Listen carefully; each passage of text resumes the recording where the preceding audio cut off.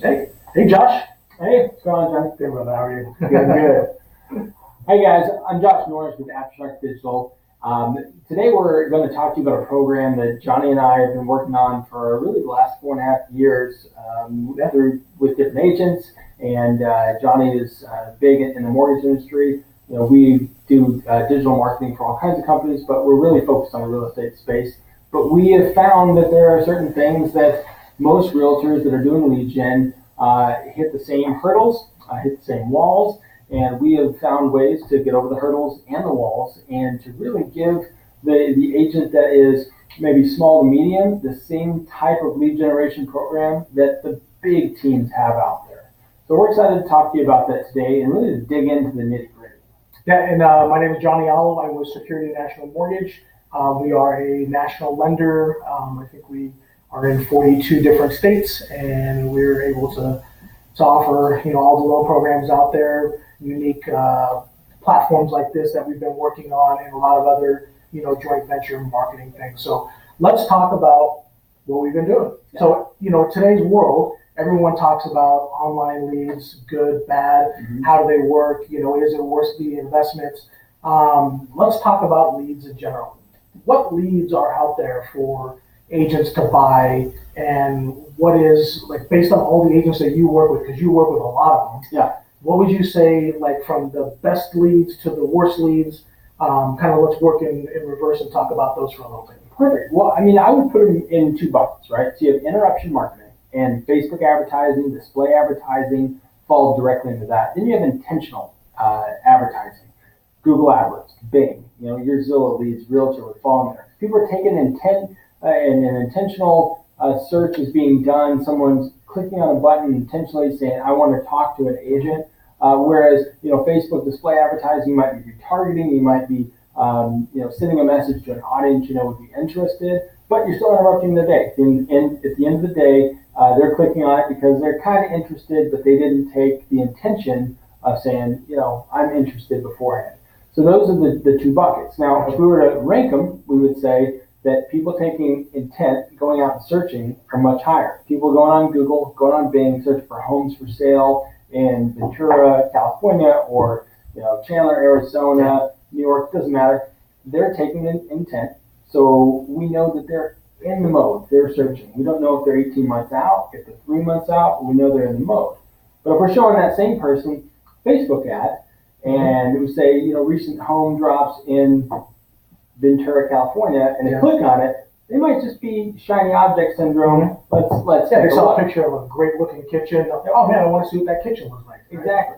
So if we were to tier it, it's always intention marketing. So Google AdWords, Bing, I would put Zillow in that category. And then, we go to the display advertising side of things, which are interruption marketing, but still serve a great purpose. Awesome. And let's talk about, you talked a little bit about the turn times. What would you say typically the nurture process is between the intent type of clients versus the ones who are disruption? Yeah, so with Google AdWords, Bing, people that are taking intent, you're typically in a shorter sales cycle, right? You're looking at probably around 6 months as that sales cycle. Could be a little quicker, could be a little longer, but it's usually going to fall in that 6-month cycle. But then if you look at the display advertising, the interruption marketing, they could be 18 months out. They could be people that have credit problems. They could be people that, just have problems qualifying for various reasons, and they're just maybe dream building, right? So they're 18 months out, and in the right nurture sequence can still be a great borrower or a great buyer at some point, but much further out. Gotcha. So let's talk about, again, internet leads are very popular out there. There's both sides of school of thought on them. There's, negative thoughts, and there are positive thoughts. When I talk to a lot of agents, they have a lot of negative thoughts about them. Mm-hmm. So let's talk about some of the negative connotations of internet leads, right? Well, I guess the biggest one right off the bat is a negative fear of return on investment. Am I going to get my money back? Yeah. Am I going to make more money than I'm spending? And if you don't have the right follow-up system, no is the answer. Yeah. So I understand that fear. There's also a fear of bad leads, or people going to go on my website and give me Scooby-Doo 555 555 555. Yes, that's going to happen, right? So there's a lot of fear of those types of things. there's the lack of systems convert. Honestly, if you're brand new in real estate and you're generating leads, you don't know that it takes at least 6 times usually to touch one person to get them to start responding to you and engaging the way you want to so that you can help them as a buyer. You think maybe you just got to make one phone call. And if not everybody picks up on the first phone call, that's a bad lead. Yes. Right? So there's a certain expectation that's usually there that's seen as a negative connotation, but when they work with us, we actually take them through this process of understanding what the expectations should be. So when we do that, I think, we've had a lot better results. Yeah. What would you say typically is the percentage of bad leads that register on websites or? The websites that we work with, we have some specific ones. It's about 20%, and that's just that's what I hear. It is what it is, but that's on the websites we work with. That's on Zillow. That's on a whole lot of lead generation websites. You're going to get bad information.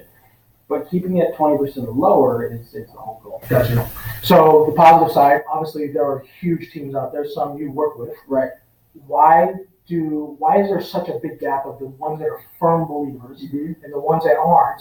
And let's talk about what makes those guys firm believers. What are the positives of internet leads? Well, the positives are, if you do it right, it's a brand new revenue stream. And it's one that you can put systems in place to where you're not doing a whole lot until that person is ready to talk to you and ready to go see a home. That is a huge piece. Or on the listing side, someone that's already given you information and says, yeah, I'm looking to list my house, please give me a CMA in my area. So you know that if you put right systems in place, literally it's just putting money in the funnel, and that's giving you new prospects that are going to turn into a positive ROI. So that's a huge piece of it. But then you go to the other side of the coin, and if you look at most agents, they're dealing with just their sphere of influence, right? Which is great. You can have a good business off of sphere of influence. Absolutely, many do. But using an internet lead generation system and getting new buyers from that, well, you're adding to your sphere of influence. So you're also growing that, which also feeds referrals. So it's not just the initial money you make on the ROI there, it's the referrals that come from it as well. Gotcha. And obviously it helps them expand their teams too. Yeah. If, agents are out there, they're starting, like you said, they have their sphere of influence, but they're looking for other ways to generate business. So they typically look for bigger teams that offer what? Leads, absolutely. It's funny you mentioned that. I was just on the phone today with one of the agents that we work with out in the Arizona market, and they brought on a new buyer's agent a few months ago. Yep. And they've continued to up their spend. Well, today he just upped his spend about 40%, so another $2,000 because he needs to feed them with more leads.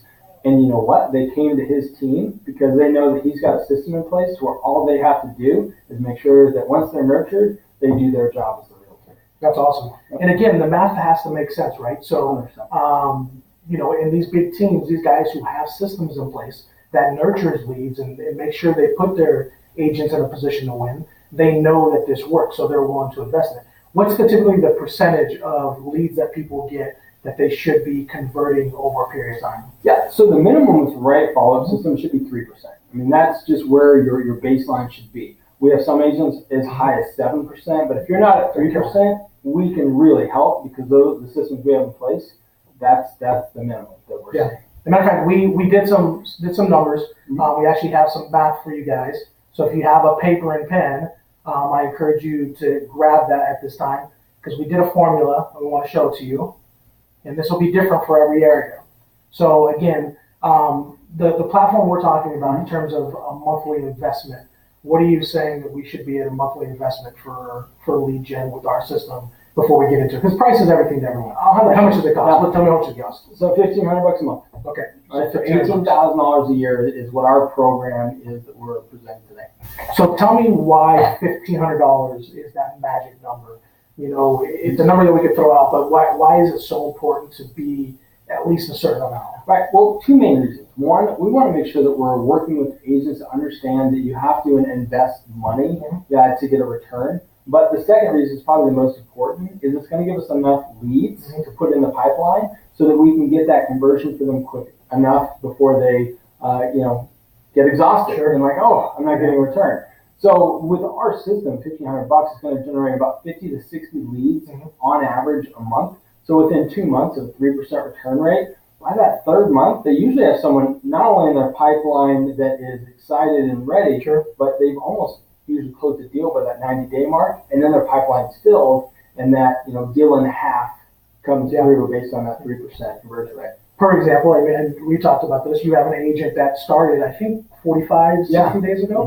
What are their numbers? And they've been investing throughout the how much they're investing? So they're investing about $2,000 a month. So they spend about $3,000. Of that, they've generated over 150 leads. And of that, and I should say, the first month of the 100 leads, they had 5 prospects that are in the cars ready, that they've already signed contracts with. So they'll have closings of 5 there. I'm not sure about the 50 this month. I know it's good, but I don't have those numbers. But 5% right there, that's not including all of the other 95% that are being nurtured over the next 18 months when they're ready. And let's be honest, that those numbers, like we said, we're trying to use 3% as that minimum number because, one, we know probably your lowest performing agent is converting at that 3%. That you work with. And the reason is that why they're not converting at 5 or 7 is because they don't have the other people in place or systems like your one agent you brought on recently. They have an ISA that's not only allowing us to do the follow-up in our system, but they're also following up too. And that's why he's getting those extra ticks. And I have a feeling by the time he hits 18 months, he's going to be more of that 7 to 10 rate where he's going to be at. So if you guys can see the screen, hopefully you grab a piece of paper by now. Again, Josh just went over a couple of these, but $1,500 is the minimum investment. Average lead cost, you're right on the dot, $30. That will net about 50 leads a month. If you're at a 3% conversion, that means you should be closing about 1.5 the deals. Now, that's not going to mean month 1. That's more like month 3, right? Right, exactly. And then it's going to keep increasing because the more people are in that nurture process, the more and more you're going to gain. You're going to get that 1%, 2%, 3%, 8%, 10%. So yearly closings is about 18. Average loan amount, this is something you'll have to do for yourself based on your market. But we're going to use 250,000 because that's what the one agent that is what we're setting the example on. The baseline on is that's their numbers. So they did about 4.5 million. Their commission was 3%. I know some markets in California are 2.5, or there's some discount agents out there that want to use that as a selling price, which is fantastic. That's great. That's their model. So if you throw those in there, the total net commission ROI is about 135,000. Now we have to take into consideration they had to invest some money in that, and that was about 18,000. So their net was 117,000. I don't know about you, but that's pretty phenomenal. That's what makes people want to invest their money into something, right? Right. But it always comes back as, yes, but I've heard this before. How does it work? I've tried these lead things before and none of it's worked.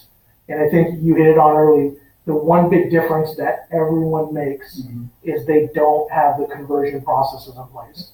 And I think over the last 4.5 years, we have put that together with this program. So I think let's talk about the program. Let's talk about what it is, and we can show people some real life numbers and go from there. So here's an example of the Arizona site. Why don't you talk about the site and what it's for and what we do with it, and we can go from there. Perfect. So this site here was put together as a full content management system, right? So a CMS where we can go out and build out pages for all the different areas, but it's a full-on CRM in the back end for the agents. You may have heard of it. Real Geeks is who we're using. Yep. We've got that if you need to. Yeah. No. But Real Geeks is who we're using, and they've been fantastic. But it gives the agent the ability to go in and look at all of their different leads. But it gives the customer, right, the user experience is fantastic because Real Geeks continues to adjust to make sure that their customers are taken care of. They're getting fed properties that they're interested in. They signed up the first day, whether they signed up in a specific city, then they can go in and they can change it based on price points. They can put in different zip codes. They can do all kinds of customizations to the site. So it's very conversion friendly. So we put this together to where multiple different agents can share this platform, and all of them have their individual leads that aren't shared. They can't see each other, and that's the basis of our first staple, right? This is where we send traffic. We're sending traffic mostly from Google AdWords and Bing. People searching for homes in these areas, send them directly to those landing pages, and then based on whoever's agent landing page it's going to, that's the person that's getting the lead. That's perfect. I mean, they're putting the investment into it. They should get the return on that investment, right? 100%. So let's talk about, so you're generating the leads. Mhm. The agent doesn't have to worry about that. They don't have to figure out what best keywords are out there, who to target, No. who to exclude. I mean, how many keywords are in some of these campaigns? Yeah, so our general campaign for an area has anywhere between 20 and 30 keywords. Now, it doesn't seem like a lot, Mhm. but these are 20 to 30 keywords that we've refined over the last 4.5 Yeah. years. What we also have is 2,500 negative keywords. I think that's the big key that people Yeah. don't understand is the negative keywords. Because if they don't have negative keywords, what happens? Well, they're basically paying for clicks of people that were just made a mistake, Yeah. right? So Zillow, Realtor.com, even certain bathroom types, equestrian, if, all kinds of extra information that you put in there, if you don't add as negative keywords, these are people that are looking for something specific. So I won't get into the whole match type, but basically Google AdWords works on different match types. If you don't do it correctly, your cost per lead could be 4, 5, 6 times what we get it for. That's $20 and less usually. Well, I know people out there who are advertising for Gilbert, and they're getting Gilbert leads from a different state. Well, that tells me they're not running their negative keywords correctly, right? I mean, it's crazy. Yeah, I recently saw, so we're running some Houston campaigns, and a while back I was looking at the guy, we took over a campaign that was already built. So I looked through his search terms, and he had a national campaign. Oh, well, I didn't know there was more than one Houston, but there's a reason that we put in all the states and all the state zip codes that are state abbreviations they're not in as negative keywords, because there were 5 other states that people were searching for Houston on a national level, and all of that national campaign was basically just a giant waste of money. But granted, we fixed that, which is cool, but he wasted a lot of money and didn't know. So let's talk about conversion. So out of every person that comes, searches for a site web, how many of those typically convert? Yeah, so of the traffic we're sending, people that click on an ad that we're showing, 10%, we always say 8 to 12%, but that basically falls at 10% of that is converting into traffic. Or I'm sorry, converting into a lead. So 10% of that converts into a lead that goes into your CRM. Now, we also have a retargeting pixel, and this is before we get to retargeting, I'm just going to show them kind of the journey. So if they go home for sale on Chandler, they're going to end up and they're going to land on something like this, right? And they're going to see those ads. Correct. And then what happens, they're going to click on it, and I'm not going to click on it because I don't want to cost this person money. And then they're going to end up on a page that based on their search words, right? And so this is an example. This was for Chandler, right? Right. And so I'm a consumer. I click on it. And what happens? Boom. It's going to ask you for your name, phone number, email, and then it also is going to give you the opportunity to register with Facebook. This was something that Real Geeks recently did that has increased conversion rates, and then once they made it to where you had to make your phone number mandatory as well, it increased conversions like crazy, got more phone numbers, and basically from our standpoint, we saw that 10% that I talked about to being an average of 13%. Gotcha. Yeah, because it's more accurate information, right? Right. It's pulling in the telephone number and the email that they used to register with Facebook. Correct. Which was ingenious. Mm-hmm. So, okay, so we got the 10% of people that landed on the page and they actually went through this process. What happens with the other 90%? That's a lot. Well, for most people, nothing. But what we've done with the other 9% is we make sure that we have retargeting pixels through Facebook.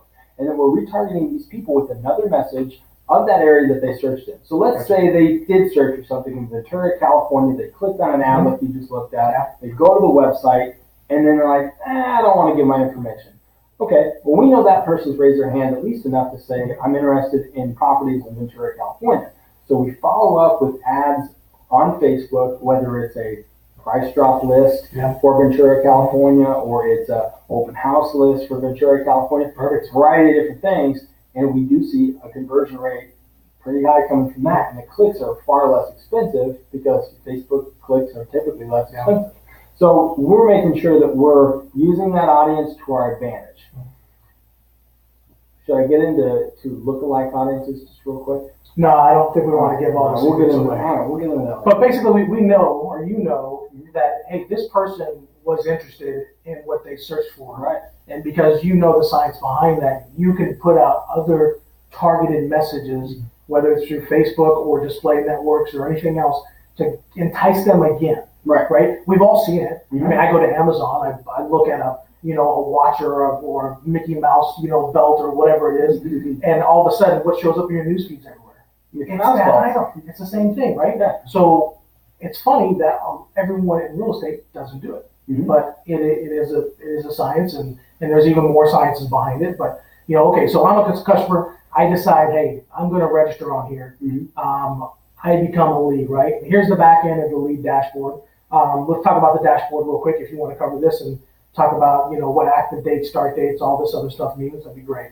Yeah, you bet. So the first thing with Real Geeks is they give you a whole lot of sorting information. So these are all the leads that have come into this particular agent's CRM, and it shows you the most recent to defaults, most recent to the oldest by the start date. But you can sort by all of the different areas there. One of the keys that we usually look at is start date, active date. That's fine, but we look at visits. Like how many visits has somebody come back to the website? How many properties did they look at? And then how many favorites? Holy crap, look at this person, 315. Right, and they're hot, as they should be, right?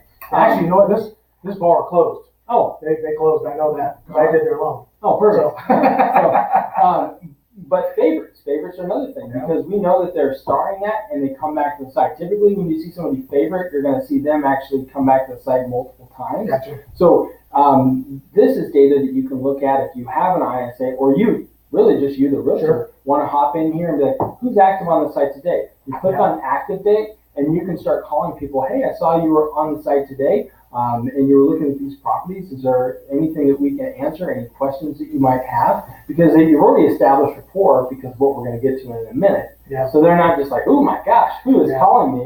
They've already engaged with you. They've had a great relationship with your website.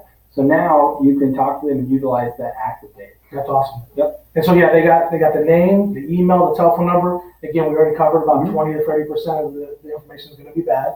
That's where this cold, hot things come in place where you can, mark them off, only spend your time on ones that are actively connecting. But again, so this is all great. And this is what we hear all the time. I can generate leads, but then it comes down to how are you going to convert it? Right. So I want to show, I'm going to pull over this number right here. I just want to show, here's a tablet of, what happened? I got a little too excited.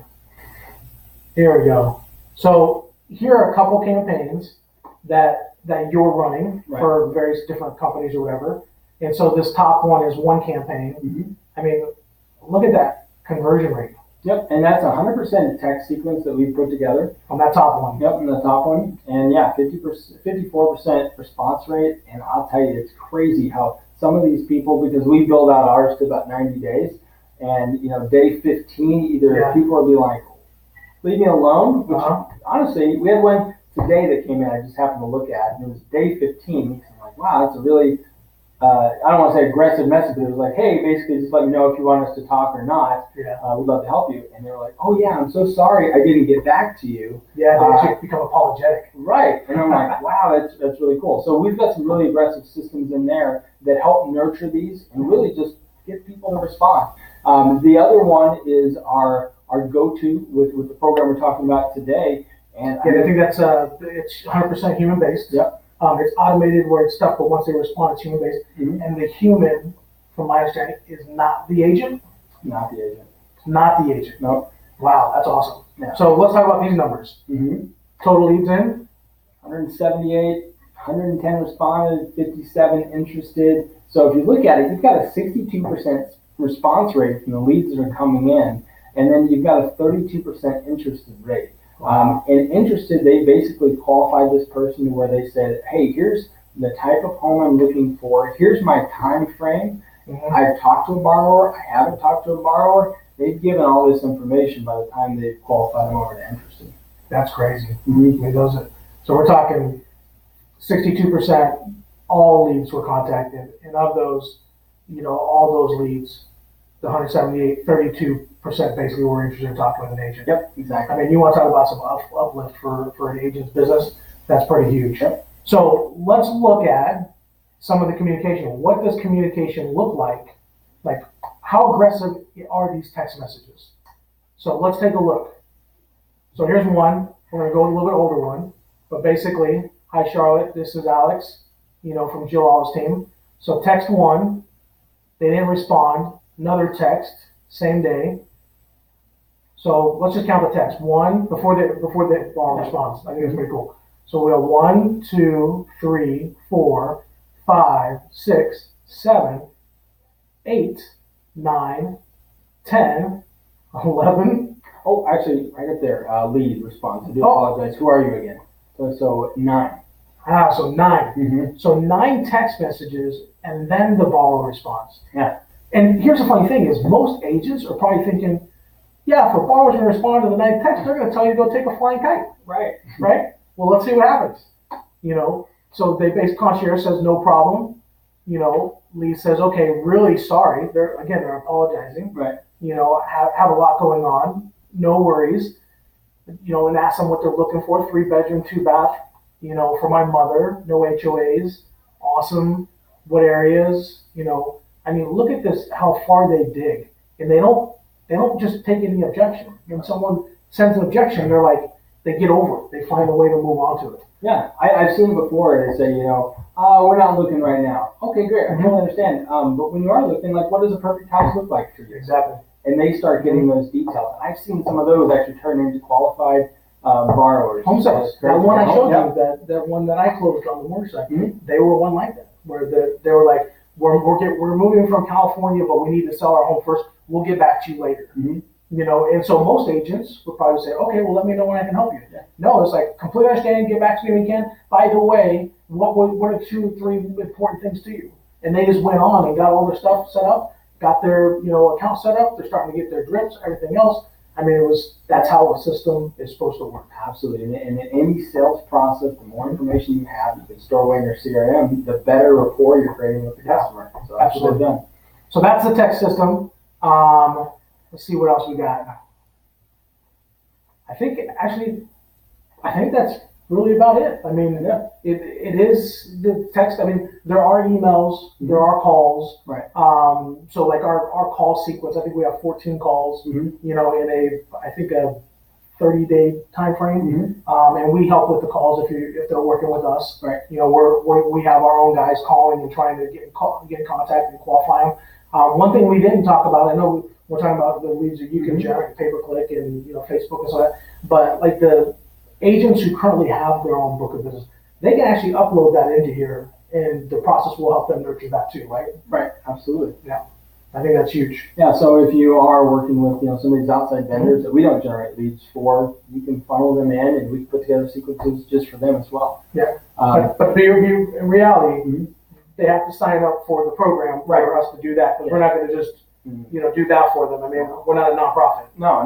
We're for profit for you guys and for us. So the whole goal is for you guys to start with this program and to see not only the value, but really to see the buyers that are coming in from it, and then to take that into maybe even a program that we set up just specifically for you. But we're working directly with Security National on this one, which is why it's such a discounted rate. If I'm being honest, what we normally charge. So, we hope you guys take advantage of this, and we look forward to giving you answering any questions you might have. And we do know this is currently working for a lot of agents. It is.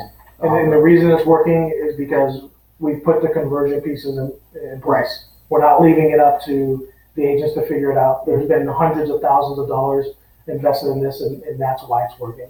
And the other big part for us is that we're looking for real partnerships. We're not wanting to be the person who's just asking, send us the deal, send us the business. We really want to put systems, processes, programs, platforms into place to help you guys be successful. And none of that happens without Josh and Aftershock Marketing. So, Aftershock Enterprise. So if you guys need anything, like I said, let us know. We're here to help, and we look forward to helping you. Take care. Okay.